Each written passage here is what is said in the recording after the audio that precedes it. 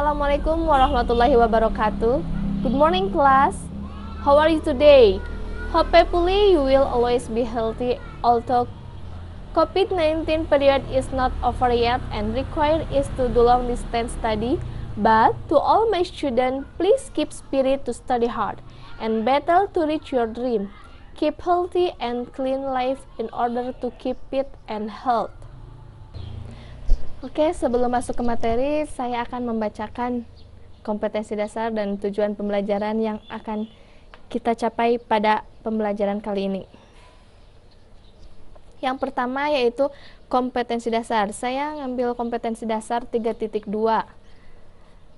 yaitu menerapkan fungsi sosial, struktur teks, dan unsur kebahasaan teks interaksi transaksional lisan dan tulis yang melibatkan tindakan memberi dan meminta informasi terkait maksud, tujuan, persetujuan melakukan tindakan atau kegiatan sesuai dengan konteks penggunaannya.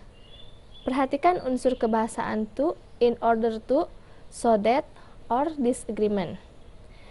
Yang kedua yaitu kompetensi dasar 4.2. Menyusun teks interaksi transaksional lisan dan tulis sangat pendek dan sederhana yang melibatkan tindakan memberi dan meminta informasi terkait maksud, tujuan, persetujuan melakukan suatu tindakan atau kegiatan dengan memperhatikan fungsi sosial, struktur teks, dan unsur kebahasaan yang benar dan sesuai konteks. Selanjutnya, tujuan pembelajaran. Melalui kegiatan pembelajaran menggunakan model cooperative learning, selama dan setelah mengikuti proses pembelajaran ini, peserta didik diharapkan dapat yang pertama mengidentifikasi ungkapan yang digunakan untuk menyatakan maksud dan tujuan dalam bahasa Inggris. Yang kedua yaitu mengidentifikasi ungkapan yang digunakan untuk menyatakan persetujuan melakukan suatu tindakan atau kegiatan dalam bahasa Inggris. Yang ketiga, menirukan dan membacakan ulang teks-teks dibacakan oleh guru terkait maksud, tujuan, persetujuan melakukan suatu tindakan atau kegiatan dengan suara lantang. Yang terakhir yaitu melakukan percakapan dengan menggunakan ungkapan terkait maksud, tujuan, persetujuan melakukan suatu tindakan atau kegiatan melalui kegiatan terintegrasi menyimak, membaca, berbicara, dan menulis dengan percaya diri. Okay, class. Well, class, today we are going to learn about will and be going to. In English, when you want to tell about future activity, you can use two ways. There are will and be going to.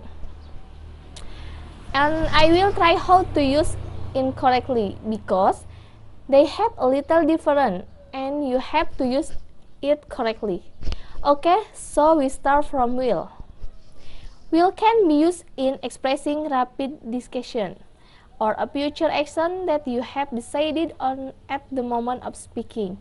For example, I am thirsty. I think I will buy a drink. Artinya yaitu saya haus. Saya pikir saya akan membeli sebuah minuman. Will can also be used when you are making an offer. For example, I will help with your luggage. They look heavy. Nah, jadi intinya will itu digunakan untuk kegiatan yang dilakukan secara spontanitas atau tidak direncanakan. Paham sampai di sini? Okay, and next about going to. Going to is used for a future action when there are signs or evidence that is used likely going to happen. For example, they have been together forever. He is going to propose soon. Jadi ketika kalian menggunakan be going to, kalian harus meletakkan bentuk be dan bentuk be yang digunakan harus sesuai dengan subjeknya. Contohnya, misalkan kalian menggunakan subjek I, maka to be yang digunakan adalah am. Bagaimana dengan subjek selanjutnya? Seperti we, you, and they. Maka kita akan menggunakan to be are. Dan ketika subjeknya he, she, it, maka kita gunakan to be-nya is. So, the conclusion is the use of will and going to is to state the activities that we'll be doing. Will is used to state something spontaneity, and going to is used to state something which is planned. Oke, sebelum kita masuk ke latihan yang sudah saya siapkan di Google Classroom, mari kita analisis dulu contoh dialog yang menggunakan will dan be going to. Contoh yang pertama yaitu, why are you working so hard this day? Because blah blah blah by a car. So I am saving as much as I can. Artinya apa? Kenapa kamu bekerja terus? Karena saya akan membeli sebuah mobil. Jadi titik-titik di sana jawabannya apa? Coba ada yang mau menjawab?